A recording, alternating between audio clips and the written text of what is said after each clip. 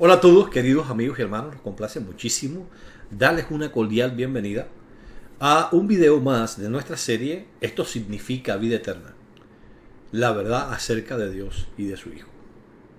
Y la cuestión de qué es la verdad es algo tan antiguo como el propio hombre. En cierta ocasión el Señor Jesucristo dio a conocer lo que podemos considerar como una fuente inagotable de la verdad, al expresar en oración a Dios lo que podemos hallar en Juan capítulo 17, versículo 17. Santifícalos por medio de la verdad, tu palabra es la verdad. Hoy vamos a estar tratando el tema de qué es la verdad con relación a preguntas que se nos han hecho, un reto público que hemos recibido los testigos de Jehová por parte del pastor Braulio de la Torre Yepes. Y como habíamos prometido que íbamos a contestar, pues hoy vamos a dar comienzo a este análisis que vamos a estar haciendo por aproximadamente 2 o 3 videos, dependiendo de cuánto del material que tenemos se cubra en cada uno de los videos. ¿Cuál fue el silogismo, la pregunta que nos hizo Braulio? Braulio nos dijo, bueno, los testigos de Jehová tienen 2 verdades que ellos consideran que son verdades bíblicas, y estas 2 verdades, según Braulio, pues llevan a una conclusión inevitable. ¿Cuáles son estas verdades? Bueno, ¿es Jesucristo un Dios? Cualquier testigo de Jehová que usted le haga esta pregunta y que tenga un conocimiento básico de las Escrituras le va a decir, bueno, mira lo que dice Juan 1.1. En la traducción del Nuevo Mundo dice, y la palabra era un Dios, por lo tanto la respuesta es sí. La otra pregunta sería, ¿creó Dios a Jesús? Existen muchísimos pasajes en las Escrituras, Proverbios capítulo 8, el libro de Juan capítulo 6, versículo 57, el libro de Apocalipsis capítulo 3, versículo 14, y muchos otros textos que muestran que a Cristo se le asignan, podemos decir, títulos que indican un comienzo temporal. De hecho, uno de los textos más utilizados y que vamos a estar analizando en el futuro por los trinitarios para tratar de demostrar la Trinidad y igualar a Cristo con Dios es Hebreos 1.3, y ahí ellos no se dan cuenta que hay un comienzo temporal justamente en la palabra que se utiliza, y por tanto Cristo ha sido creado. Es una de las enseñanzas de los testigos de Jehová que fácilmente puede verificarse en nuestra página web oficial.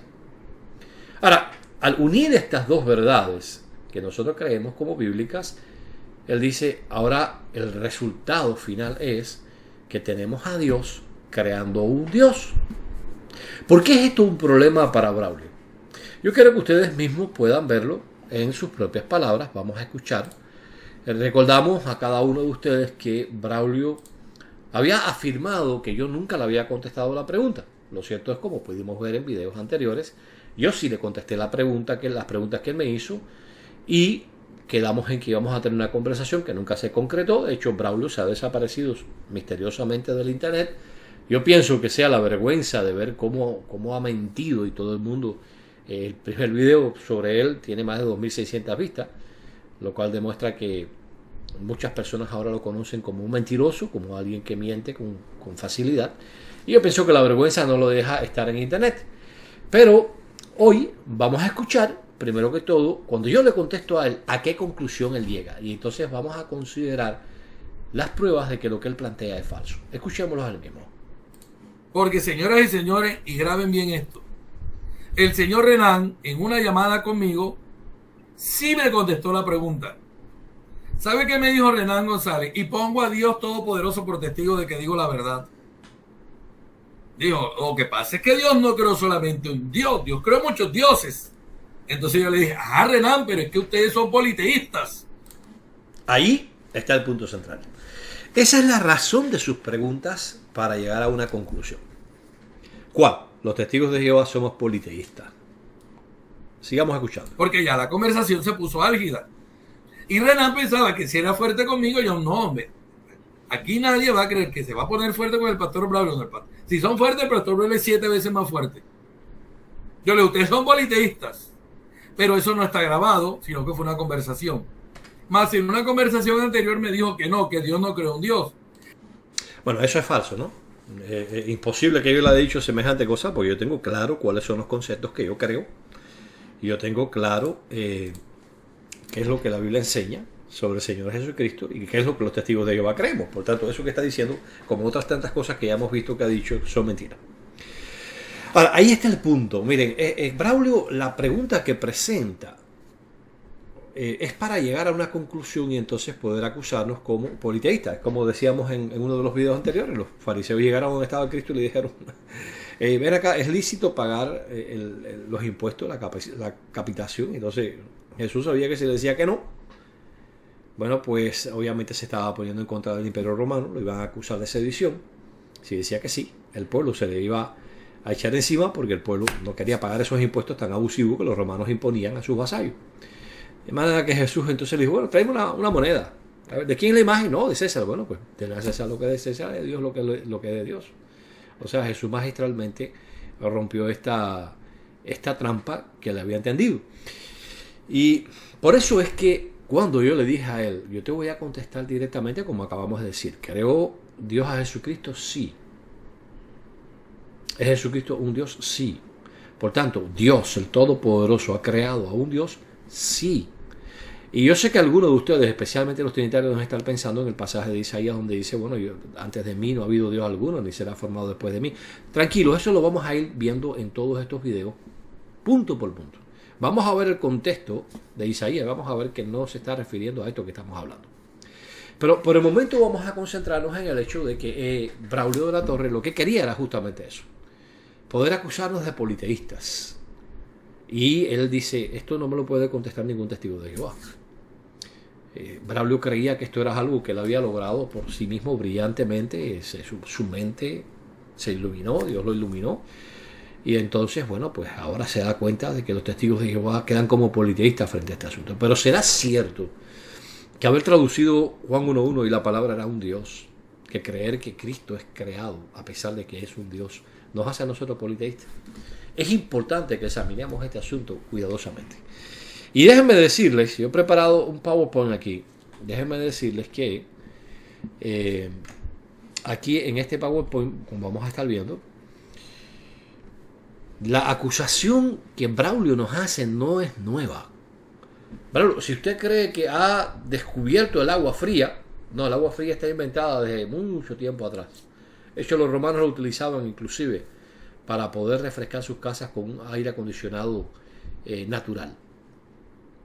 Mira, aquí Bruce Meyer, en el artículo de Jehovah's Witnesses and Jesus Christ, la página 75, un artículo que él sacó, él dijo, aún más pernicioso, es en el mismo verso, es la traducción y la palabra era un Dios. Metzger, prominente crítico textual del pasado, estaba considerando la traducción del Nuevo Mundo y su traducción de ciertos pasajes, y entonces él dice, mira, si queremos hallar un pasaje que es pernicioso, que es dañino para la fe, es la traducción de Juan 1.1 de los testigos de Jehová, la palabra era un Dios. Y él dice, en ese pasaje hay una nota a pie de página, un Dios en contraste con el Dios. Es decir, los traductores de la traducción del Nuevo Mundo están aquí diciendo, bueno, aquí hay un contraste entre Dios con artículo y Dios sin artículo. Y eso es cierto, eso lo vamos a poder ver en esta serie de videos que vamos a estar haciendo sobre el tema, que el primer comentario que existe de la carta de Juan reconoce este hecho. El primer comentario en toda la historia cristiana que haya sobrevivido, al menos, ¿no?, hasta nuestros tiempos. De hecho, es del siglo III. Ahora, noten lo que Meyer dice. Debe decirse francamente que si los testigos de Jehová toman esta traducción seriamente, ellos son politeístas. Ahí tienes, Braulio. Mira, no descubriste el agua fría, ni siquiera el agua tibia, ni el agua caliente. Esto es algo que, mira, Meyer, estamos hablando de hace 70 años atrás, dijo esto. Los testigos de Jehová son politeístas si se toman en serio la traducción y la palabra era un Dios. Meyer no está solo, Meyer ha sido copiado por muchísimas personas. Veamos aquí una diapositiva de Winston Medina en su video sobre Juan 1.1 y que estaremos considerando en un futuro cercano, minuto a minuto. Vamos a ir desmontando cada uno de los argumentos que Winston Medina ha dado ahí junto con el doctor Enuel en este video. Vamos a ver cómo Medina se le va completamente. La investigación que hizo es muy pobre, Y aquí tenemos un ejemplo, porque ustedes noten, en las 8 consideraciones finales que Winston Medina hace, él dice esta que está aquí dentro de este cuadrado rojo. Como judío monoteísta, es muy improbable que Juan se haya referido al verbo como otra persona, un Dios. Es decir, Winston nos dice, mira, dado que Juan era monoteísta, es decir, creía en un solo Dios, no podía llamar a alguien más un Dios. Es muy improbable eso. De lo contrario, estaría creyendo, por supuesto, en politeísmo en vez de monoteísmo. Así que como ustedes pueden ver claramente, este es, sin lugar a dudas, uno de los elementos que utilizan los trinitarios para atacar al pueblo de Jehová, acusándonos de politeísmo. ¿Será cierto que los testigos de Jehová somos politeístas por haber traducido Juan 1.1 y la palabra era un Dios? Este es un tema que yo he estado por considerar por mucho tiempo.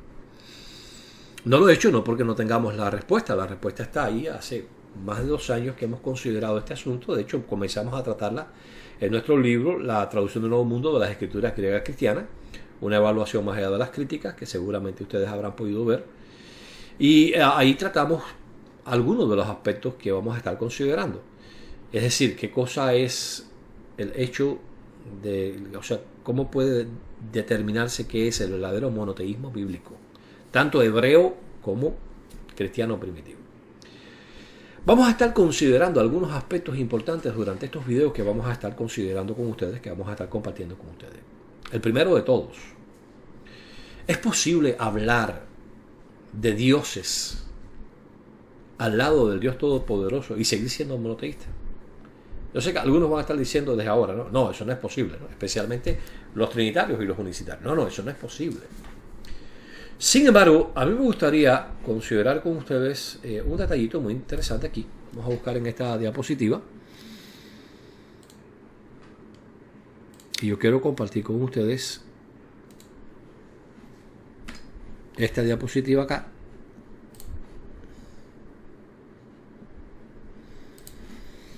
Esta es una diapositiva que tiene una sección del comentario del Evangelio de Juan, volumen 1, son 2 volúmenes, página 109 del alemán, del teólogo alemán Ernst Haeckel. Haeckel hace una consideración muy interesante sobre Juan 1.1, porque justamente su volumen 1 trata el tema de Juan 1.1. A mí me gustaría comenzar, aunque la traducción que yo les ofrezco acá es de esta sección que aparece aquí a la derecha, me gustaría comenzar con la parte izquierda. Y él dice, a fin de evitar un malentendido, debe ser insertado, es decir, declarado aquí, que Seos y Joseos, es decir, Dios divino, y el Dios, no eran la misma cosa en este periodo. O sea, noten esto. Él está hablando de qué periodo, del periodo de tiempo en el que Juan 1.1 fue escrito, es decir, el siglo I. Él dice, en este periodo de tiempo decir Seos y decir Joseos, es decir, Dios divino, o el Dios, no es lo mismo. Y él pone el ejemplo de Filón de Alejandría. Yo no voy a considerar ese ejemplo ahora mismo con ustedes, más adelante, en otro momento lo vamos a hacer. Y entonces él pasa a describir cómo Filón de Alejandría considera que mientras que el que hizo el universo físico, el Dios Todopoderoso, es llamado Joseos, el Logos, interesantemente, Filón se adelantó a Juan en su concepción de un Logos divino. El Logos podría ser llamado Seos y por supuesto no lo era en un sentido pleno, es decir, no era el Dios Todopoderoso, por eso no se usaba el artículo definido. Así que para este periodo de tiempo, lo que este hombre está diciendo en base justamente a lo que Filón de Alejandría, un teólogo, vamos a llamarle así, un comentarista bíblico judío de Alejandría, helénico, es decir, dominaba la lengua griega, pues menciona, pues en este periodo de tiempo decir Seos, que alguien era Seos, y decir que alguien era Joseos, no era lo mismo. Ahora, este hombre, Haeckel, menciona que hay un trinitario, un comentarista trinitario, un teólogo trinitario, que hace una objeción a esta interpretación, ¿no?, de que puede haber alguien que sea llamado un Dios al lado de Dios. Entonces dice aquí Haeckel, Boardman hace una objeción a esta interpretación. Uno no puede hablar de Dios, en el sentido cristiano, en plural. Es decir, uno no puede hablar de Dios, decir dioses. No puede decir hay más de un Dios. Ahí está Dios y un Dios. Entonces, Boltmann dice, en el sentido cristiano, es lo mismo que decíamos ahorita, ¿no? Que nos decía acá Winston Medina. Bueno, si un judío monoteísta no podía hablar de alguien, de otra persona, como un Dios. No tiene sentido eso, ¿no? Pero este hombre, Heschen, dice ahora a continuación, por el contrario. Y noten otra vez la expresión en el periodo. Y esto es básicamente importante. ¿Por qué? Porque generalmente la gente que cree en la Trinidad tiene que desarraigar el Nuevo Testamento de sus raíces hebreas y del contexto cultural e histórico de la época. Esta no es una declaración vacía, es una declaración que yo voy a estar demostrando en la medida que vayamos considerando este tema. Él dice, en este periodo, es decir, en el momento en el que el himno surge, era muy posible en el monoteísmo judío y cristiano hablar de seres divinos que existían al lado y bajo Dios, aunque no eran idénticos a él. Noten qué interesante. Aquí nos está diciendo, en el periodo de tiempo en que se escribió Juan 1.1, era posible dentro del concepto del monoteísmo judío, hebreo, y el monoteísmo cristiano, hablar de seres divinos, es decir, dioses que existían al lado y bajo Dios, pero que no eran idénticos con él. Así que este hombre está diciendo, oye, que al Logos aquí en Juan 1.1 se le llame un Dios, no es un problema. Que se le llame divino no es un problema. Porque en este periodo de tiempo, la historia revela que para el monoteísmo, tanto judío como cristiano, se podía hablar de seres divinos que estaban al lado de Dios y bajo él, pero que no eran idénticos a él. ¿Será esto cierto? Este es el punto central que yo quiero considerar con ustedes, y es un punto importantísimo. Una de las razones por la cual Braulio no podía exponerse a tener una conversación en la que yo le hiciera preguntas, a pesar de su ofrecimiento, como ustedes pudieron ver, los que no han visto estos otros dos videos, les invito a que lo hagan. A pesar de ello, él no podía exponerse a tener una conversación conmigo en la que yo le hiciera preguntas, en la que yo le mostrara elementos históricos, en la que yo le mostrara elementos lingüísticos. Es porque esos elementos históricos, esos elementos lingüísticos, esas preguntas iban a sacar de relieve que su concepto sobre lo que es Dios y sobre el hecho de si pueden haber dioses, seres divinos al lado de Dios y bajo él, pero que no sean idénticos a él, puede ser o no, y va a quedar totalmente sin base. Él no podía darse ese lujo, porque aunque ustedes crean que no, los trinitarios conocen estas cosas, solo que no las explican. Esto que usted va a estar escuchando hoy, generalmente los trinitarios no lo explican. No queremos decir que todos los académicos trinitarios lo pasen por alto, pero no es algo que se explique en la iglesia. Y vamos a estar considerando hoy, primero que todo, esto vamos a dividirlo en dos partes. Vamos a estar viendo si para el monoteísmo hebreo, para el monoteísmo judío, era cierto que realmente podían haber seres divinos, es decir, dioses, al lado de Dios y bajo Dios, aunque no fueran idénticos a él, sin violar el monoteísmo judío, ¿no? Para nada. En el próximo video vamos a estar considerando citas de los padres de la iglesia que muestran que el concepto que hoy vamos a aprender, bíblico e histórico, sobre la base de documentos de la época en que se escribió el Nuevo Testamento, es el mismo concepto que tenían los padres de la iglesia en los primeros siglos. No se los voy a decir yo les voy a mostrar a ustedes los elementos que lo demuestran. Y por tanto no puede hablarse de que ese concepto implique en modo alguno politeísmo, como afirma Braulio. Así que comencemos con nuestra aventura histórica. Vamos a comenzar considerando en nuestro video de hoy el tema de si era posible hablar de dioses al lado del Dios Todopoderoso y bajo él, sin que fueran idénticos a él y sin violar el monoteísmo hebreo. Para ello nos vamos a valer, por supuesto, de la presentación que tenemos aquí ya preparada y que yo les compartí en el primer video sobre Braulio, en donde yo les dije, yo tengo preparada mi presentación, hay 49 diapositivas ahí preparadas. No la vamos a considerar todas hoy, por supuesto, ¿no? Vamos a ver, primero que todo, un término que se utiliza, un título, una descripción que se utiliza para Jehová en el libro de Deuteronomio capítulo 10, versículo 17. ¿Cuál es este término? Bueno, en hebreo es Elohei ha Elohim. Es una expresión constructa, es decir, indica una cadena constructa, un genitivo en el hebreo. Descripción aquí. Y interesantemente, si ustedes ven en Deuteronomio 10, 17, en la Reina Valera actualizada de 1989, se transcribe esta expresión como Dios de dioses. Y el contexto dice, porque Jehová vuestro Dios, está hablando de Israel, es Dios de dioses y Señor de señores. Es Dios grande, poderoso y temible, que no hace distinción de personas ni acepta soborno. Dios de dioses y Señor de señores. Déjeme decirle que, interesantemente, una obra trinitaria toca el meollo de este asunto, esta expresión, dioses o Dios de dioses. El libro se conoce como The God of the Gospel of John, por Marianne Meyer Thompson, es este que pueden ver aquí.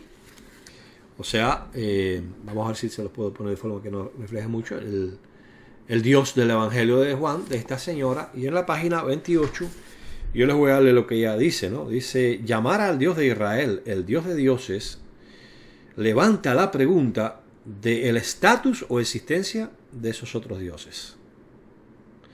Ellos pueden haber sido concebidos como divinos o seres divinos o sobrenaturales, fuéranse benéficos o demoníacos. Ahora noten ustedes lo que ella dice. Claramente, judíos y cristianos al mismo tiempo creían en la existencia de estas entidades. Si usted necesita un print screen de la página 28 de este libro, en donde esta trinitaria explica este título que tenemos acá, Elohei Elohim, Ha Elohim, el Dios de dioses, hace que uno tenga que preguntarse, bueno, ¿es Dios el Dios de simples estatuas inertes? O más bien existen seres divinos, sobrenaturales, al lado de Dios, que están bajo él y que son llamados dioses.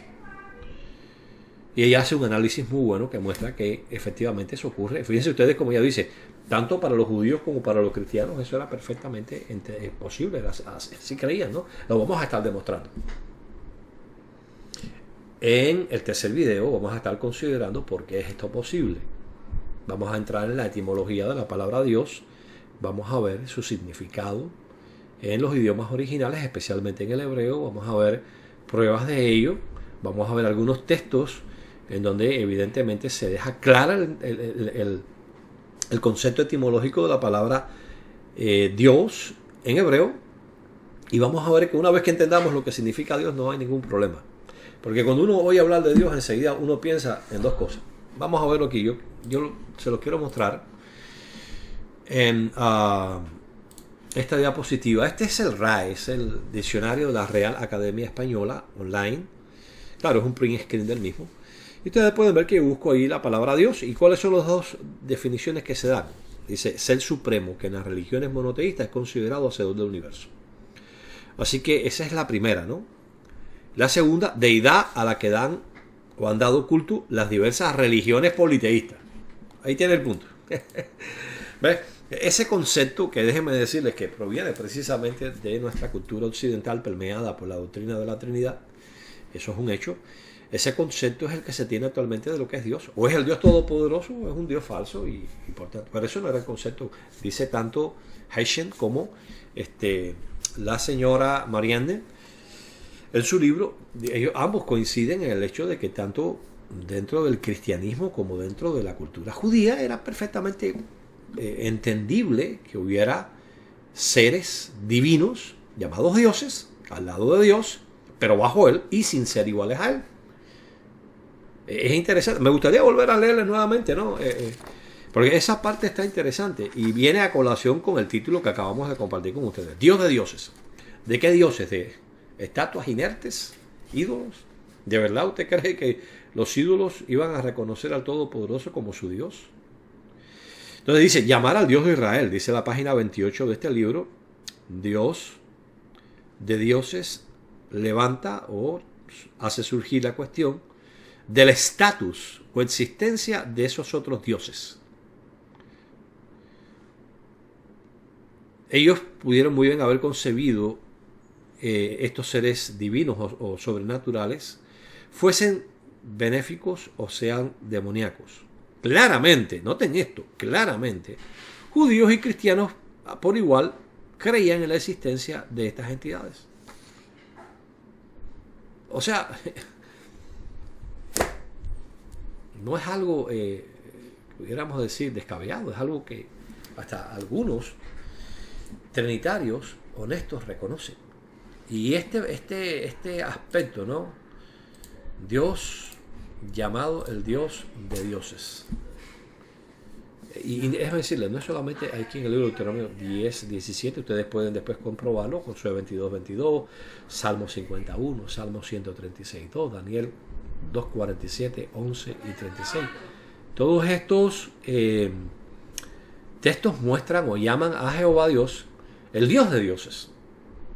Interesantemente, usted nunca encuentra ese título ni para el Espíritu Santo ni para el Señor Jesucristo.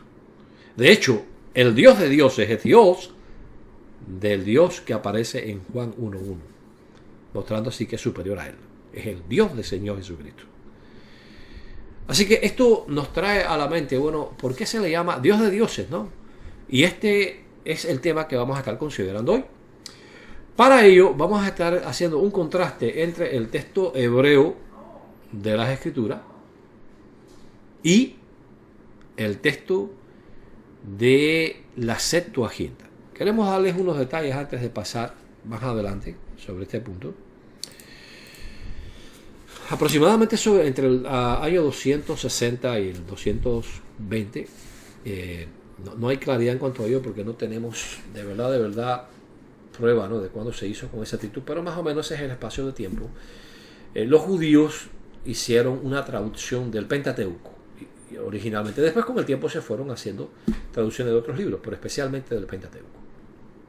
Ahora, lo interesante es que en la traducción de los 70, en la medida que se fueron hallando libros, hay algunos pasajes en donde la Biblia hebrea utiliza la palabra Elohim, dioses en plural, puede ser utilizado también en singular. Por ejemplo, en Éxodo 7.1, para un ser humano, Moisés, se le dice, yo te he constituido a ti, te he hecho a ti Elohim.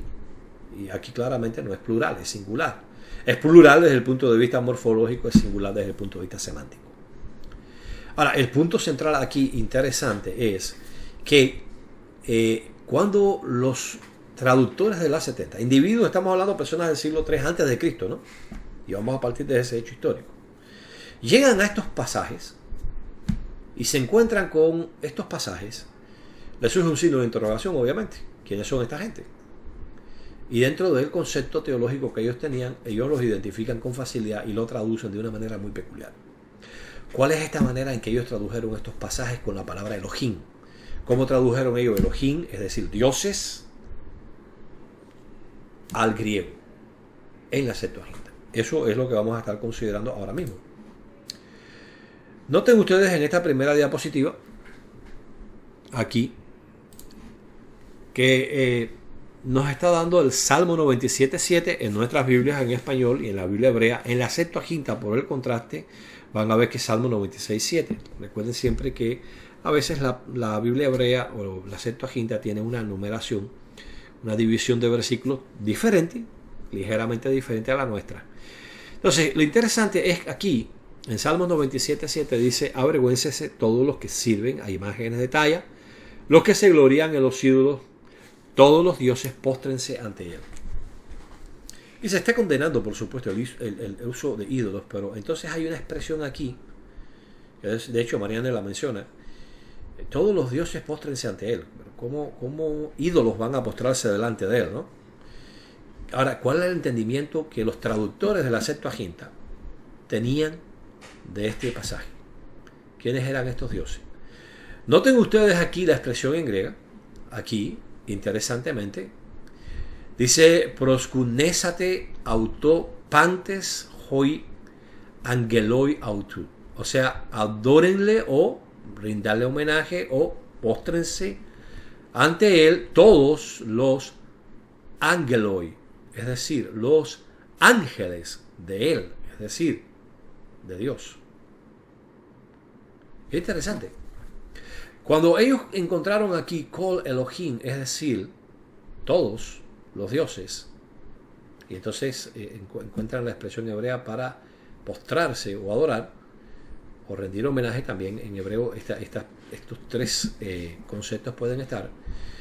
Ellos traducen Elohim, todos los ángeles, pantes, hoi, angeloi, o sea, es decir, o angeloi, es decir, todos los ángeles. Así que para los traductores de la Septuaginta, ¿quiénes eran estos dioses que tenían la capacidad de postrarse delante del Creador? Ángeles. Pero este no es el único versículo. Tenemos el libro de Salmo 138.1 en nuestra Biblia. Pueden ver que es 138.1 en el texto hebreo, mientras que en la Septuaginta tenemos el Salmo 137.1. Bueno, aquí en Salmo 138.1, David, que es el salmista, dice: te doy gracias con todo mi corazón, delante de los dioses te cantaré salmos. ¿Estará queriendo decir David, bueno, yo voy a ir delante de ídolos para cantarte salmos? No, si David hubiera encontrado ídolos, hubiera mandado destruir, ¿no? Eso era lo que tenía que hacer, como un adorador fiel, como alguien leal. Pero ¿por qué se habla aquí, delante de los dioses te cantaré salmos? Bueno, recordemos, Dios de dioses, ¿no? Así que estos dioses evidentemente son seres vivos, son seres que se encuentran delante de la presencia de Dios, y por eso él dice: delante de dioses, de los dioses te cantaré salmos. ¿Cómo tradujeron la expresión Elohim, hebrea, que pueden ver aquí, es decir, dioses, los traductores de la Septuaginta? Noten ustedes aquí que ahora nos encontramos con la palabra ángelos en acusativo y plural. Ahora es angelon, perdón. Interesante, porque ahora nos está diciendo aquí estos traductores que los dioses delante de quien David iba a cantar salmos son los ángeles. Otra vez volvemos a encontrar un pasaje donde los traductores de la Septuaginta dicen, bueno, aquí evidentemente se está refiriendo a los ángeles divinos. Otro pasaje que encontramos en nuestro caso en el libro de Salmos capítulo 8 versículo 5 en nuestra Biblia, el 8.6 en la Biblia hebrea y el 8.6 en la Septuaginta. Noten ustedes que ahora la Biblia hebrea se alinea con la Septuaginta, con una numeración diferente a la numeración actual, la división actual de nuestras Biblias. Y volvemos a encontrar aquí la palabra Elohim con la preposición fija me. Así que ahora lo has hecho un poco menor que los ángeles, en comparación con los ángeles, que es como se utiliza esta preposición, y le has coronado de gloria y de honra. Ahora, ¿cómo traducen ellos la expresión me Elohim? Noten ustedes aquí, para ángelos. Ahora, ángelos nuevamente aquí está refiriéndose a los ángeles de Dios, es como se traduce esta palabra, los mensajeros divinos. Y en el hebreo encontramos con que los traductores de la Septuaginta, al llegar ahí, encontraron la palabra dioses. O sea, y aquí yo quiero considerar con ustedes este versículo, porque este versículo en particular tiene muchísima riqueza interpretativa y nos va a ayudar a nosotros a comprender en realidad que los traductores de la Septuaginta tenían toda la razón del mundo al considerar el libro de Salmos capítulo 8 versículo 6 como refiriéndose a ángeles. ¿Por qué? Volvamos otra vez al texto, ¿no? Para que lo podamos ver. Dice aquí, lo has hecho, es decir, refiriéndose al ser humano, un poco menor que los ángeles. Pero noten ustedes, aquí en realidad dice un poco menor que los dioses, y le has coronado de gloria y de honra. Ahora, déjenme explicarles algo, ¿no? Aquí Elohim puede ser traducido Dios, como algunas traducciones de la Biblia advierten, y lo has hecho un poco menor que Dios. Pero esto abre una pregunta, ¿no? ¿De verdad el ser humano es un poco menor que Dios? A ver, vamos al libro de Isaías un momentico, por favor. Vamos a considerar juntos en el libro de Isaías capítulo 40 las preguntas que Dios le hace al hombre.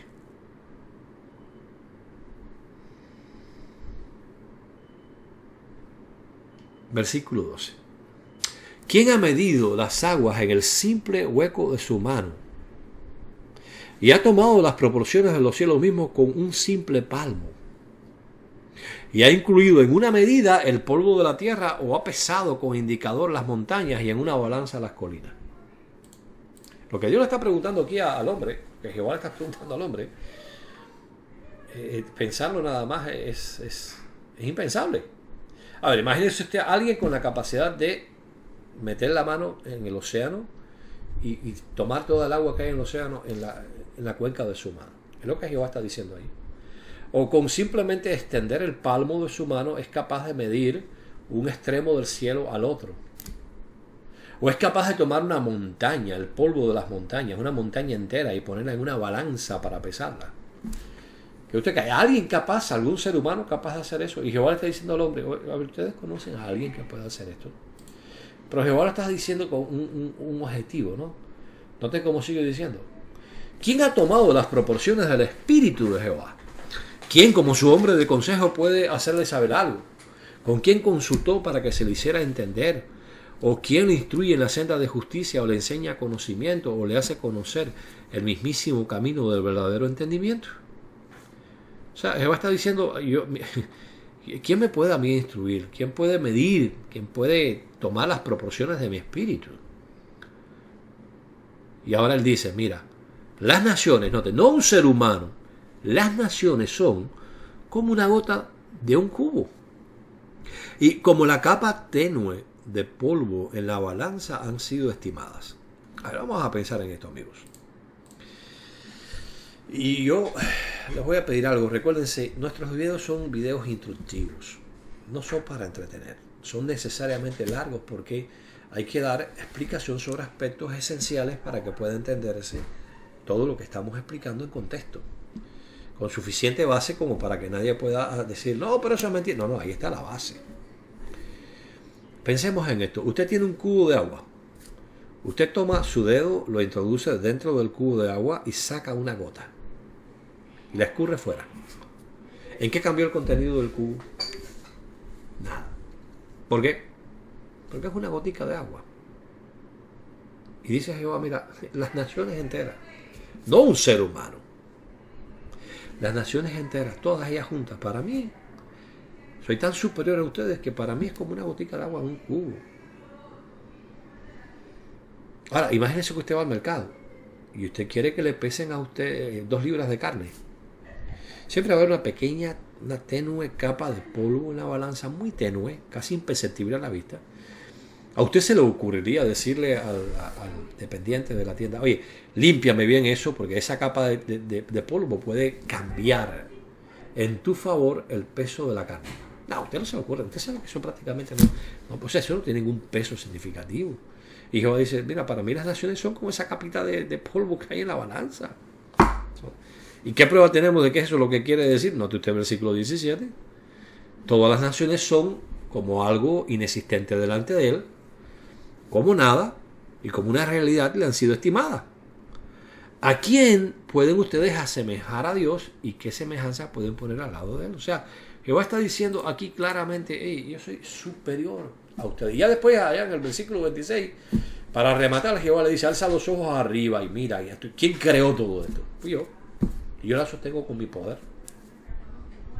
Y que para quienes tenemos un entendimiento de lo que la ciencia ha descubierto sobre lo que es el universo, uno sabe que el universo es algo insondable, con un derroche de energía tremendo, que nos da una idea, una pálida idea de quién es el Dios que nosotros servimos y de la tremenda capacidad y poder que tiene. No por gusto le dijo a Moisés, no me puedes ver y seguir viviendo.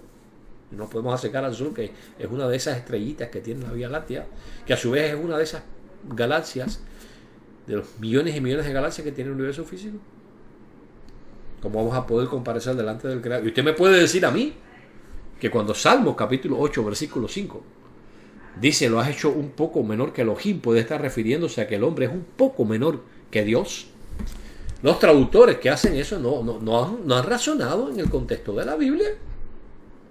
Es una traducción disparatada, válida desde el punto de vista gramatical. Elohim puede ser traducida, de hecho es traducido miles de veces como Dios, porque es usado como un plural de intensidad. Algunos le llaman plural majestático, yo prefiero llamarle plural de intensidad, que es el término que más utilizan los gramatólogos hebreos. Ahora, el punto es, dado que esta traducción queda descartada, entonces, ¿a qué se refiere aquí el libro de Salmos 8.5 cuando dice, lo has hecho un poco menor que los Elohim? Bueno, la otra opción que tenemos entonces sería, ¿cuál? Imágenes religiosas, ídolos. Se está refiriendo a que el hombre ha sido hecho un poco menor que los ídolos. ¿Será eso cierto? Entonces, ¿por qué las escrituras le dicen al hombre, tú no das cuenta que tú mismo creaste ese ídolo? ¿Cómo puede ser superior a ti?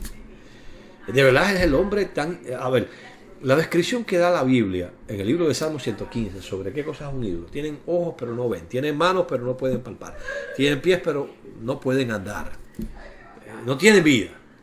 Y usted me va a decir que el hombre, la cúspide de la creación terrestre de Dios, es inferior a un ídolo. No.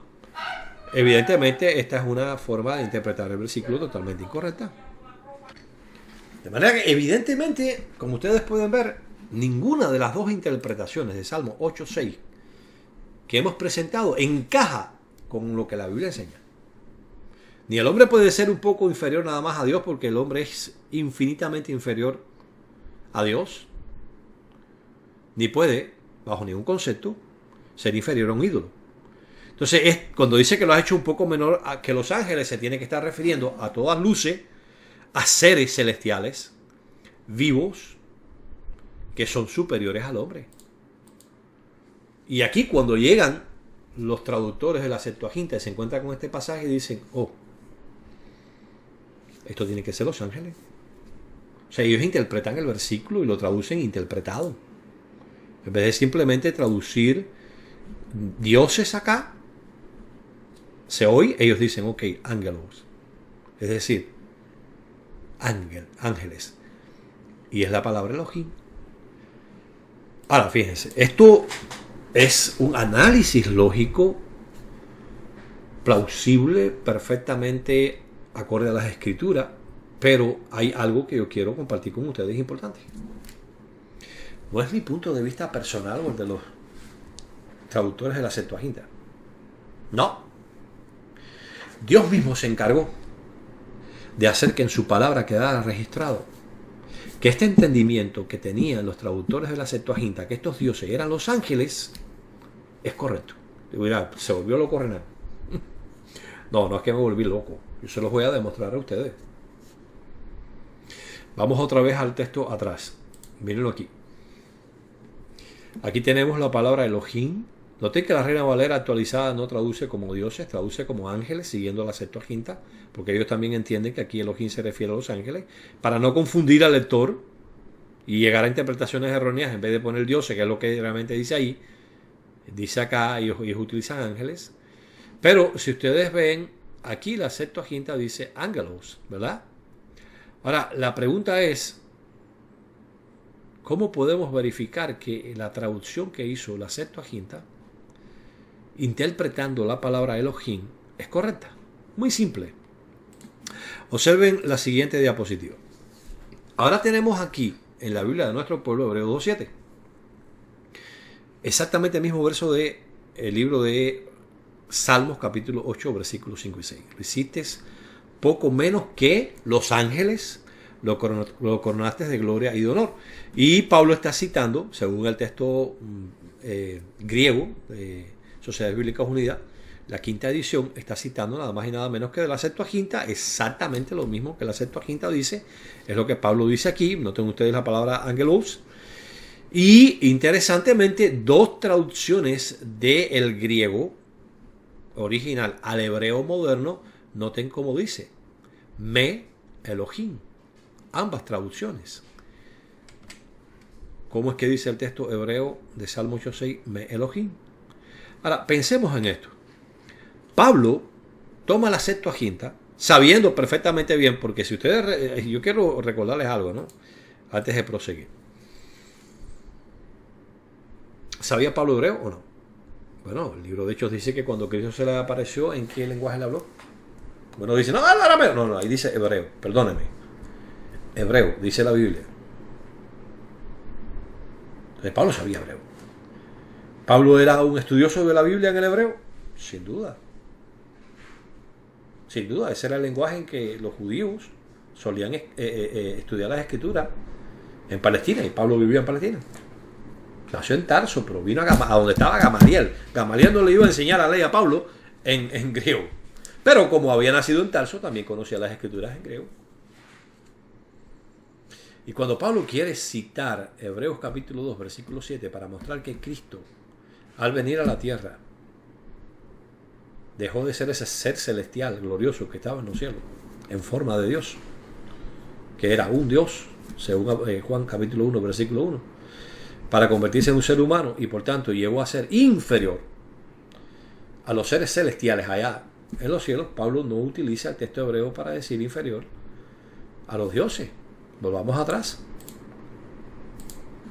Pablo dice aquí en Hebreos 2:7, ángelos, es decir, ángeles. Así que Pablo nos está citando de la Septuaginta, aceptando la traducción que hicieron los traductores de la Septuaginta de la expresión hebrea me Elohim, aceptando que estos dioses que aparecen aquí en Hebreos 2:7 son los ángeles, y por tanto aceptando que los ángeles son dioses, y por tanto ayudándonos a comprender que cuando la Biblia habla de Jehová como el Dios de dioses, no está hablando del Dios de imágenes esculpidas, sino el Dios de seres celestiales, divinos, que viven junto a Dios, creados por Él, al lado de Él, inferiores a Él. Ninguno de ellos en igualdad con Él. ¿Y quién inspiró a Pablo a tomar la Septuaginta?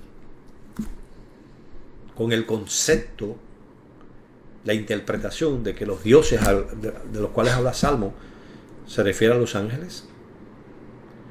Si usted no cree en el Nuevo Testamento, bueno, quizás usted puede decir, Pablo, pero si usted es cristiano y usted cree en el Nuevo Testamento, usted no puede menos que decir, bueno, Dios fue quien inspiró a Pablo a tomar la interpretación, no la traducción. Ahí no hay una traducción. Elohim no significa ángeles. Para eso está Malaquín. Así que la interpretación en forma de traducción que hicieron los judíos del tercer siglo antes de Cristo, Pablo la acepta y Dios lo guía a aceptarla como correcta. Es decir, para los judíos del tercer siglo, los dioses que se refieren a las escrituras, que viven al lado de Dios, que se pueden postrar delante de Dios, que los hombres son inferiores a ellos, son los ángeles, son seres divinos. Por eso es que tantos dicen, como esta señora, nos dicen que los hebreos creían, sin ningún tipo de problema, en el hecho de que habían seres divinos, dioses, de los cuales Dios mismo es Dios, el Dios de ellos. ¿Ve usted cómo cuando empezamos a correr la cortina de las escrituras a la luz de las propias escrituras, del contexto histórico, de la interpretación histórica y de la inspiración del Nuevo Testamento, este panorama de que no pueden haber dioses al lado de Dios, seres divinos? Cuando estudiemos lo que significa la palabra Dios, por favor, vamos a ver que no es ningún disparate esto. Todo lo contrario. Toda esta explicación que estamos dando, este análisis que estamos haciendo y el que vamos a seguir haciendo en el caso del cristianismo, cobra inmediatamente sentido. Uno dice, mira, ¿por qué es que se puede hablar de dioses, de seres divinos al lado de Dios? Como decía muy bien Heschen, ¿no? Inferiores a Él, pero que no rivalizan con Él. Y es por eso que vamos a ver que los padres de la iglesia también tenían el mismo concepto monoteísta. Así que el concepto monoteísta judío que Winston Medina, que Braulio, que Metzger y que tantos trinitarios utilizan para intentar evitar decir que al lado de Dios puede haber un Dios, es decir, un ser divino al lado de Dios e inferior a él, del cual Dios mismo es su Dios. Algo que está además que demostrado. Por favor, vaya al libro de Juan 20:17, vaya a Efesios capítulo 1, versículo 17, váyase por favor al libro de Hebreos capítulo 1, versículos 8 y 9, váyase al libro de Revelación 1:5 en el texto griego, váyase al libro de Revelación, Apocalipsis capítulo 3, versículo 2 y versículo 2, y usted va a encontrar que el Dios de dioses, Jehová, es el Dios de su Hijo, aunque a su Hijo se le llame Dios en Juan 1:1. Hay una armonía interna en la Biblia tremenda en esto. El Dios de dioses es el Dios del Señor Jesucristo. Y si existen dioses al lado de Dios que han sido creados por Él. Luego, lo que Isaías nos está diciendo, hay que ver el contexto. No es que Dios no haya creado seres a quienes se les pueda considerar por el nombre de dioses, a quienes se les puede llamar dioses. Y eso lo vamos a ver exhaustivamente en las Escrituras, cuando veamos por qué se les puede llamar así y qué significa la palabra Dios. Ahora, yo quiero decirles algo, ¿no? Ya hemos visto que del siglo III al siglo I, en que Pablo cita de la Septuaginta, los judíos tenían en su teología claramente el hecho de que habían seres sobrenaturales, divinos, al lado del Creador, dioses. No era ningún disparate, como decía. No era politeísmo tampoco, porque ellos no adoraban esos dioses. Porque ellos no creían que fueran iguales al Todopoderoso, sino que simplemente se les aplicaba la palabra Dios, y eso vamos a ver en su momento, en un sentido, en un grado inferior al del creador del universo. De hecho, esta señora dice, la utilización del término Seos o Elohim, Seos en griego, Dios, o Elohim, Dios o dioses, según sea el caso, en las Escrituras, para el Dios Todopoderoso requiere, para diferenciarlo, de términos muy precisos. Entre ellos, el Dios verdadero, el Dios de dioses, el Dios de toda la tierra, el Dios altísimo. O sea, una serie de términos que lo identifican como alguien único en comparación con cualquier otro que pueda ser llamado Dios. Términos que no son utilizados para el Señor Jesucristo en ningún pasaje de las Escrituras, como vamos a estar viendo pronto. Ahora, ¿quieren ustedes más pruebas de que la interpretación que estamos haciendo de la historia del monoteísmo hebreo es correcta? Porque si esto que estamos viendo aquí es correcto, deberíamos poder presentar prueba documental, histórica, de este periodo de tiempo. Recuérdese que Eichen menciona este periodo de tiempo, que pueda demostrar fuera de toda duda que lo que estamos diciendo es cierto. ¿La tenemos? Por favor, siéntese, agárrese de su asiento, porque tenemos prueba contundente que demuestra que en el monoteísmo hebreo, ese punto de vista cerrado de que al lado de Dios no pueden haber dioses creados por Él, seres divinos creados por Él, inferiores a Él, nombrados por Él, es falso. Es erróneo. Y que ese punto de vista requiere, los trinitarios lo requieren para poder hacer sobrevivir su punto de vista. Eso de que al lado de Dios no puede haber otro Dios. Bueno, dejemos entonces ahora que la prueba histórica venga a nosotros por medio de considerar nada más y nada menos que los famosos rollos del Qur'án o los rollos del Mar Muerto. Muchos de ustedes deberán seguramente saber que los rollos del Mar Muerto, que fueron encontrados por allá por los años 1940, son rollos de la comunidad judía. Algunos dicen que esenios, otros dicen que no son esenios, pero es una comunidad que se separó del pueblo de Israel. Y aquí queremos hacer un poquitico de historia necesariamente. Yo pienso que es muy importante que veamos esto en contexto. Déjame explicarles algo. Para allá por los años 140 antes de Cristo, Antíoco Epifanes prohíbe terminantemente que los judíos pudieran profesar su religión y practicarla. A quienes circuncidaban a sus hijos, los hijos los ataban al cuello y los mataban unas veces quemados, otras veces utilizando un estauro. No vamos a caer ahora en el tema de si era una cruz o de si era un madero, eso lo vamos a tratar pronto con mucho detalle y vamos a poder ver que efectivamente se refiere a un madero, no a una cruz. Pero el punto es, incluso esto, según nosotros explicamos en nuestro libro, explica el por qué en los manuscritos del Mar Muerto, que corresponden a este periodo de tiempo, el nombre divino en algunos manuscritos es sustituido. En vez de tener las 4 consonantes, tiene 4 puntos. Se conoce como tetrapunta. Nosotros hicimos un estudio muy cuidadoso en los manuscritos y pudimos verificar detalles muy interesantes que compartimos en nuestro libro. Si alguien quiere el libro, en los capítulos 4 y 5 se trata de este tema. Nos hace saber en los comentarios y le enviamos una copia del libro.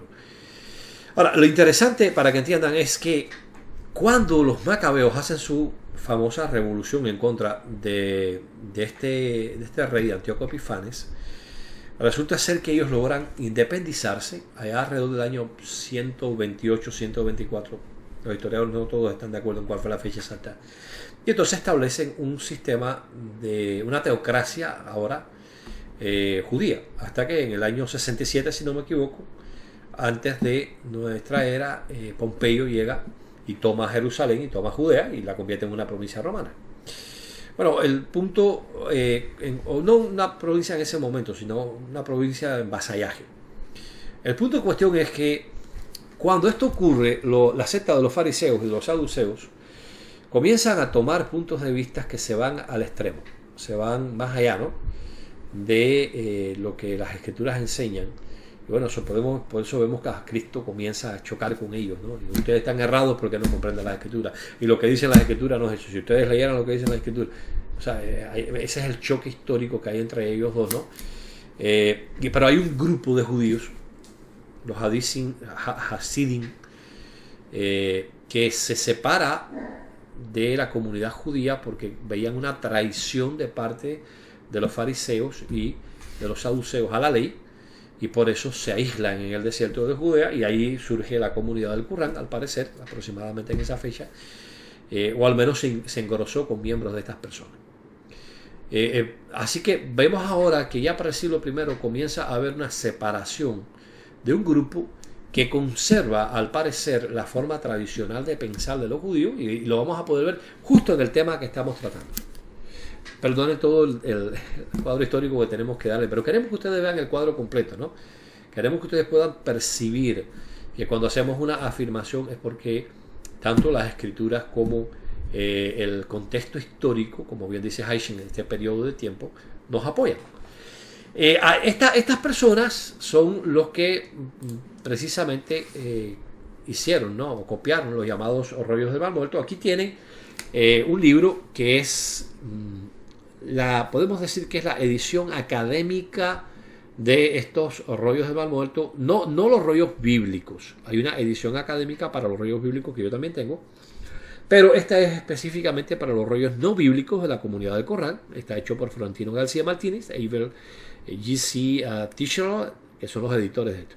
Ahora, lo interesante es que esto es un libro que tiene tanto el texto hebreo, arameo o griego, según el manuscrito que estén tratando, de estos rollos, y tienen una traducción al inglés, y aquí yo les hice una traducción al español de las partes esenciales que queremos considerar. Vamos a considerar uno de estos rollos. Hay otros muchos rollos, pero queremos considerar uno porque este en particular pone de relieve que lo que hemos estado considerando hasta aquí con relación a estos ángeles que son llamados dioses en las escrituras e interpretados como dioses por los traductores de la Septuaginta, cuya interpretación de estos pasajes fue aceptada por Dios mismo al hacer que Pablo citara de Salmos capítulo 8 versículo 6, que en el texto hebreo dice Elohim, pero que en la Septuaginta dice ángeles, y Pablo utilizará justamente la palabra ángeles para describir a estos dioses que son un poco superior al ser humano.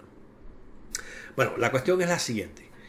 Este manuscrito que vemos aquí, que es el 4Q 403, 4Q porque se encuentra en la cueva número 4, y 403 porque dentro de el orden, podemos decir así, ¿no?, el orden que se le ha dado a cada uno de estos documentos encontrados es el número 403. Ahora, en el fragmento número 1, recuerden que muchos de estos manuscritos lamentablemente han sobrevivido en un estadio fragmentario. Es triste, pero es así. Bueno, en el fragmento 1, en los versos 30 a 34, aquí pueden ver que, bueno, el libro que anteriormente habíamos mencionado, ¿no? The D.C. Scroll Study Edition, en la página 819, y aquí Florentino García y este hombre hacen la siguiente transcripción de este documento. Noten ustedes, antes de ir a la transcripción que ellos hacen, bueno, aquí es la transcripción hebrea, la traducción, mejor dicho. Una transcripción es tomar lo que está en el manuscrito y ponerlo en caracteres de imprenta para hacerlo legible. Noten ustedes que aquí está la palabra Elohim. Aquí se está utilizando una matriz lectiones, es decir, la BAF no está funcionando como consonante, sino como valor vocálico, así que sería Elohim. La BAF no sería, volvemos a decir, en este caso, una consonante, sino una vocal. Aquí pueden ver también Kol Elohim, la misma frase que se utiliza en el libro de Hechos capítulo 8, versículos 5 y 6. Kol Elohim, es decir, todos los dioses. Aquí volvemos a encontrar Elohim, aquí volvemos a encontrar Elohim y aquí encontramos el lin. ¿De qué está hablando este texto hebreo encontrado en el Rey del Mar Muerto? Bueno, pues aquí tienen la traducción. Yo se los voy a traducir directamente del inglés, todo el pasaje, para que ustedes puedan ver de qué se está hablando, ¿no?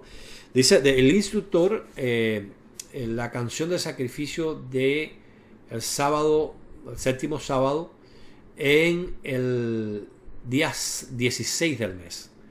Dice, bendigan o alaben a Dios, al Dios de las alturas. Noten ustedes como decíamos ahorita, ¿verdad? Perdón, God of the Heights, o sea, aquí tenemos un calificativo para ese Dios que es diferente a otro Dios, el Dios de las alturas. Así que bendigan a ese Dios de las alturas, ustedes, aquellos que están exaltados entre las divinidades del conocimiento. Así que aquí se está pidiendo que algunas divinidades, si se les llama divinidades del conocimiento, alaben a Dios, pero lo interesante es que divinidades aquí corresponde a Elohim. Noten que es el versículo 31, ¿verdad? Nótenlo aquí, nótenlo acá. Así que qué interesante, ¿verdad? Aquí se nos está diciendo que estas divinidades del conocimiento son dioses. Entonces pasa a decir, pueda el santo puedan los santos de Dios magnificar, o del Dios magnífico, el Rey de la gloria, quien hace santo con santidad a todos los santos suyos. Y entonces dice, el jefe de las oraciones o bendiciones o alabanzas de todos los dioses. Jefe, noten esto, muy interesante. Jefes, ¿no? De las alabanzas de todos los dioses. Bendigan a Dios o al Dios de las alabanzas majestuosas, porque en su magnificencia, las alabanzas, o en la magnificencia de las alabanzas, está la gloria de su reino. Por medio de esto vienen las alabanzas de todos los dioses, junto con el esplendor de toda su majestad. Y exalten su exaltación en a las alturas, dioses de las divinidades exaltadas. O sea, vez tras vez aquí se está hablando justamente de estos seres que se menciona aquí como divinidades del conocimiento o dioses del conocimiento, y se dice que ellos alaban a Dios. Pero aquí, interesantemente, en el versículo siguiente, en el 34, noten ustedes aquí, dice, porque Él es el Dios de dioses, de todos los jefes de las alturas, y el Rey de reyes, de todo su eterno concilio. O sea, esta gente están hablando de seres celestiales que alaban a Dios, que hacen un concilio con Dios, es decir, participan de deliberaciones con Él, y que están exaltados por Dios y santificados por Dios. Luego no se está refiriendo a ídolos, ¿no? Ahora, en este mismo manuscrito, esta vez ahora el fragmento 1, y ahí pueden ver, ¿no?, en qué columna, en qué versos, dice, den gracias todas las majestuosas divinidades al Rey de la majestad, porque su gloria O sea, porque a su gloria todas las divinidades del conocimiento dan gracias y todos los espíritus de justicia dan gracias a su verdad. Noten que aquí, interesantemente, se está hablando de seres espirituales. Entonces pasan a decir, canten al poderoso Dios junto con la porción espiritual escogida. Así que esta es la melodía con el gozo de los dioses y la celebración de todos los santos con la maravillosa canción en eterna felicidad. Palabras utilizadas, Eli, Eli, que también son dos palabras, constructa, en este caso es constructa, es decir, es un genitivo en hebreo, que se refiere a dioses en plural, y Elohim. Entonces aquí estamos viendo que ellos continúan hablándonos de seres espirituales de justicia. Noten ustedes, no se está hablando de demonios. No, aquí dice todos los espíritus de justicia. Estos dioses son seres espirituales y son justos. Entonces, para esta comunidad hay seres espirituales en los cielos llamados dioses que son justos. ¿Quiénes son? Bueno, vamos a continuar viendo. Noten ustedes acá, en esta sección de aquí, y aquí vemos también la sección hebrea, dice, canten a Dios asombroso en poder. Empezamos acá. Todos ustedes los espíritus de conocimiento y luz. Noten ustedes qué interesante. Se está hablando de espíritus del conocimiento y de la luz, o sea, seres espirituales. Exalten juntos la más pura bóveda de su santo santuario. Se está refiriendo al santuario celestial, no el físico aquí en la tierra, por supuesto. Alaben a Él. Noten ustedes espíritus divinos. Noten esto. Espíritus divinos. Pero ¿quiénes son estos espíritus divinos? Kodeshim Elohim, o sea, santos. Alaben por siempre y para siempre la cúpula de las alturas, todas las vigas y sus paredes, todas estas estructuras, la obra de su construcción. Es decir, se está refiriendo allí, evidentemente, al santuario celestial, tal como ellos lo ven.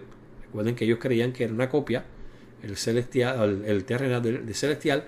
Y dice, los espíritus del Santísimo, los dioses vivientes, los espíritus de eterna santidad arriba, todos los santos de las bóvedas maravillosas, maravillas de esplendor y majestad, y maravillosa es la gloria de la más perfecta luz y el conocimiento de todo maravilloso santuario, los espíritus de los dioses que están alrededor de la residencia del Rey de la verdad y justicia. Aquí se está hablando, fíjese, de dioses que viven junto a Dios, como decía Hinchen ahorita. Se está hablando de que estos son espíritus, dioses espirituales, o sea, no estamos hablando de ídolos.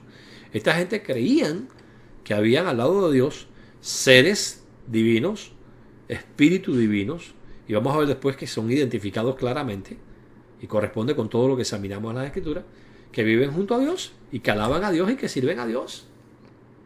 Ahora, ¿quiénes son estos? Noten ustedes acá, dioses vivientes están en toda su construcción, y las imágenes de sus figuras son santos ángeles. Nótelo aquí. Malaki Kodesh, o sea, santos ángeles. Estos dioses son santos ángeles. Esta gente creía que estos dioses eran ángeles. O sea, los ángeles eran dioses, en otras palabras. En otro fragmento del mismo dice, los dioses le alaban cuando ellos comienzan a subir y todos los espíritus de las bóvedas puras regocíjense en su gloria, y ahí hay un sonido de bendición desde sus divisiones, las cuales recuentan las bóvedas de su gloria, y las puertas alaban con voz jubilosa cuando las divinidades del conocimiento, aquí lo pueden ver, otra vez Elohim, entran a través de las puertas de gloria y en todas las salidas de los santos ángeles. Así que estas divinidades del conocimiento, estos Elohim, ¿quiénes son? Son ángeles. A sus dominios, las puertas de entrada, las puertas de salida, declaran la gloria del gran Dios, bendiciendo y alabando todos los espíritus de Dios. Así que la pregunta, en vista a lo que hemos considerado hasta aquí, tenía razón este individuo, Ernst Haschen, al afirmar que para los judíos, aquí, era posible para el monoteísmo judío hablar de seres divinos que existían al lado de Dios, bajo Él, pero que no eran idénticos con Él. A la luz de lo que hemos examinado, Repasemos lo que hemos examinado hasta aquí. En el libro de Salmos encontramos varios pasajes donde se habla de dioses. Dioses que se postran delante de Dios, dioses delante de los cuales David canta, y dioses que son superiores a los seres humanos. O que los seres humanos, en reversa, son inferiores a ellos. Ya vimos que en el caso de Salmos 8, 5 y 6, no es posible pensar que los seres humanos sean inferiores a Elohim en el sentido de que sea el Dios Todopoderoso. Eso es impensable, ya lo vimos a la luz de Isaías. No podemos pensar que sean simples imágenes estos dioses, porque entonces el ser humano es incluso inferior a un ídolo que él mismo ha creado. Eso va contra la ley, una de las categorías filosóficas que establece que la causa siempre es igual o superior al efecto, porque tiene que tener suficiente potencialidad para crear un efecto. Y si el ser humano es inferior a un ídolo, no puede crear un ídolo. Sería algo contraproducente, ¿no? Hemos visto que la interpretación que hicieron los escritores de la Septuaginta para la palabra Elohim, estos pasajes de Salmo, en particular el versículo 6 de Salmos 8, en la Biblia hebrea, Elohim, de que estos Elohines son nada más y nada menos que los ángeles santos de Dios, queda completamente corroborada por el hecho de que Pablo acepta esa interpretación. Pablo, que era un hebreo, Pablo, que era un judío, que conocía lo que Salmo 8:6 decía en hebreo, acepta, guiado por el Espíritu Santo, que estos dioses son ángeles. Y podemos ver corroboración de que ese es el entendimiento correcto, no solo en que Dios, por supuesto, que es la mayor prueba de ello, ha puesto ahí en su palabra esto en el libro de Hechos capítulo 2, versículos 7 y 8, sino que vemos que cuando examinamos los documentos alrededor del periodo de tiempo en que se escribe el libro de Juan capítulo 1, resulta ser que los judíos creían que habían seres celestiales, divinos, dioses santos, ángeles que vivían junto a Dios. Y esto volvemos otra vez acá de nuevo. Borman hace la objeción a esta interpretación. Uno no puede hablar de Dios en un sentido cristiano en plural. Y ahora dice Haitian. Por el contrario, en el periodo en el cual este himno surgió, es perfectamente posible, o fue posible, en el judaísmo, en el monoteísmo judío, y en el monoteísmo cristiano, el hablar de seres divinos que existían al lado de Dios y bajo Dios, pero que no eran idénticos a Él. Yo les pregunto, ¿ha quedado eso demostrado o no? Yo quiero que aquellos que vean el video que son trinitarios me digan, no, y me den las razones ahí en los comentarios. Luego, hablar de dioses al lado de Dios, en las escrituras hebreas, en el monoteísmo judío, es perfectamente posible. No es un disparate.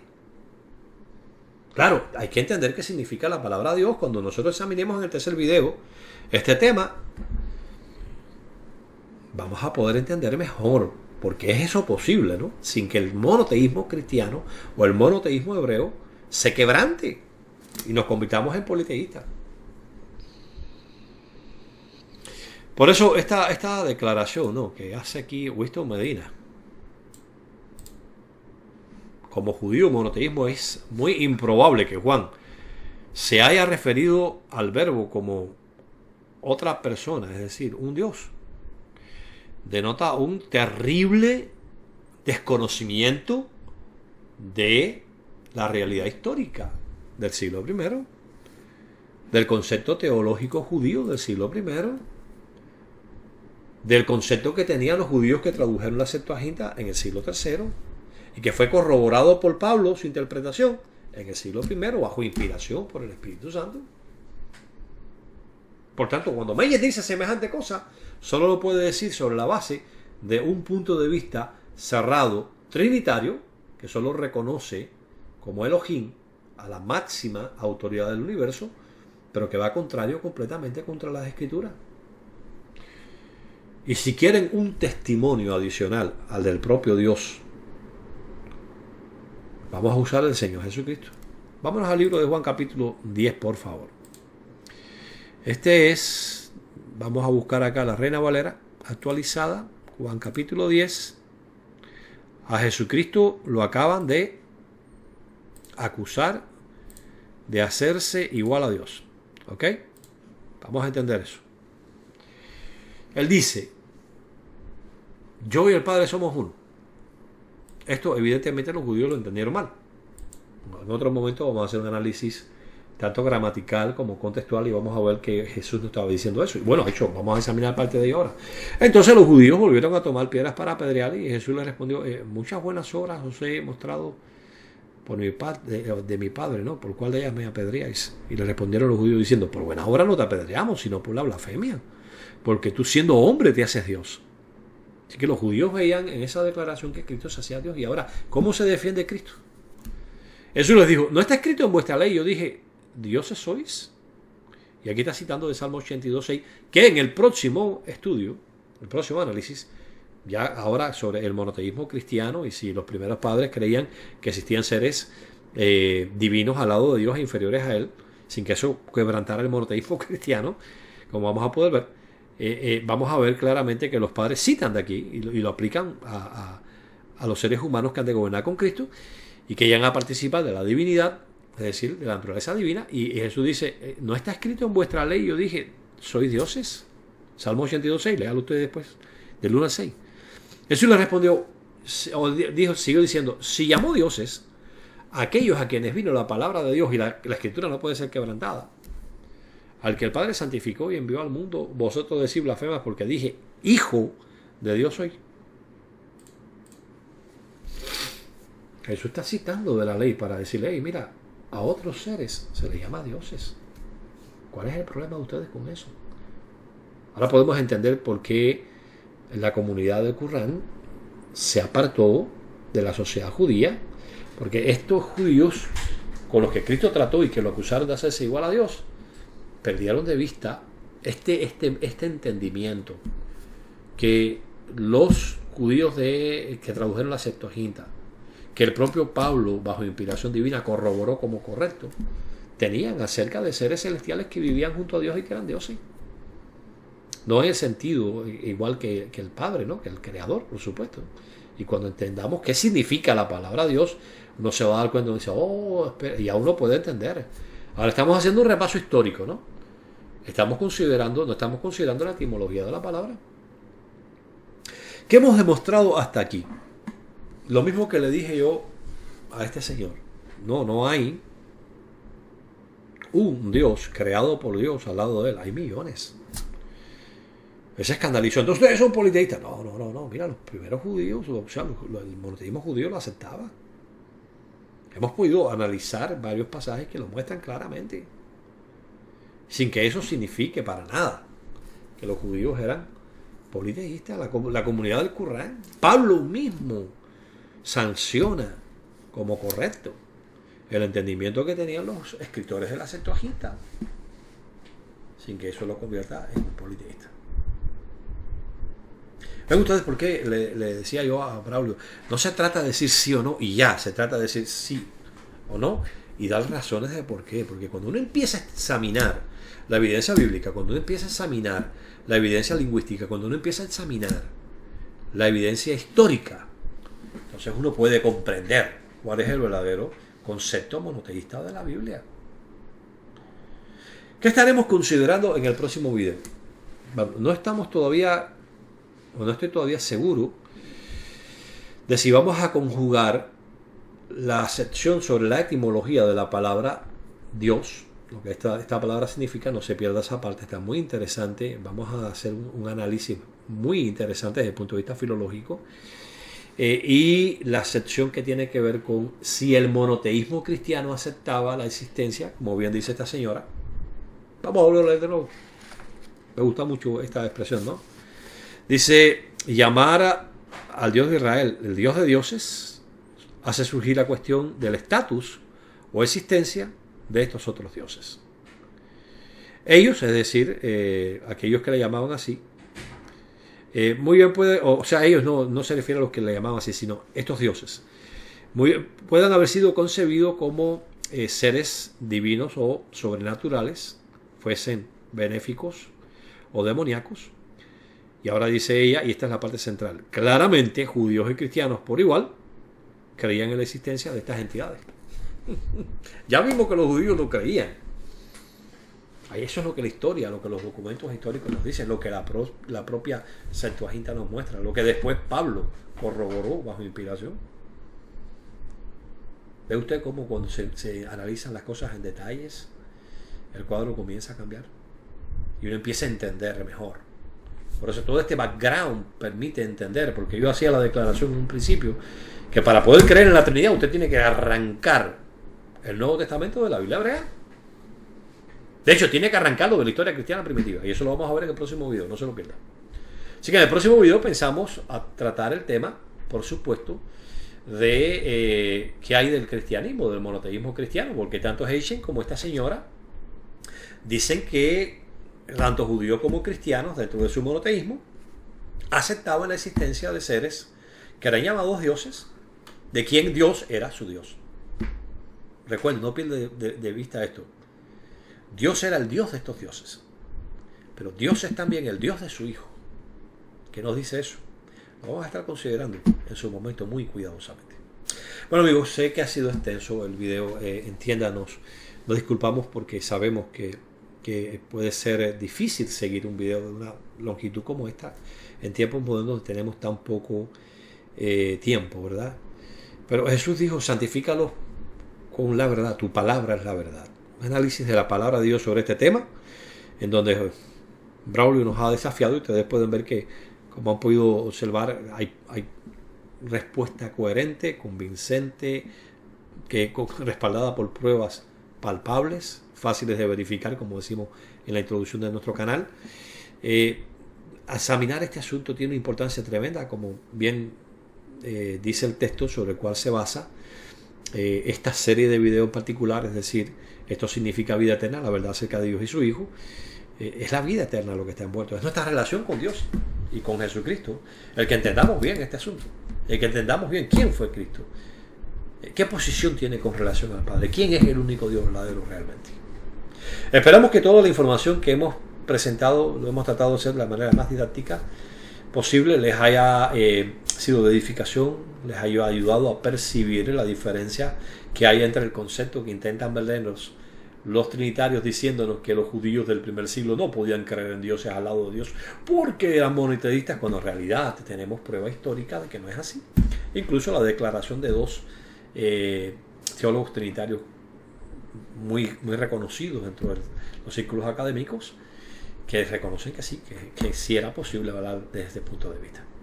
Gracias por su tiempo, gracias por su paciencia y esperamos que Dios les siga bendiciendo abundantemente en adquirir un conocimiento exacto acerca del único Dios verdadero y de aquel a quien Él ha enviado, nuestro querido Señor Jesucristo.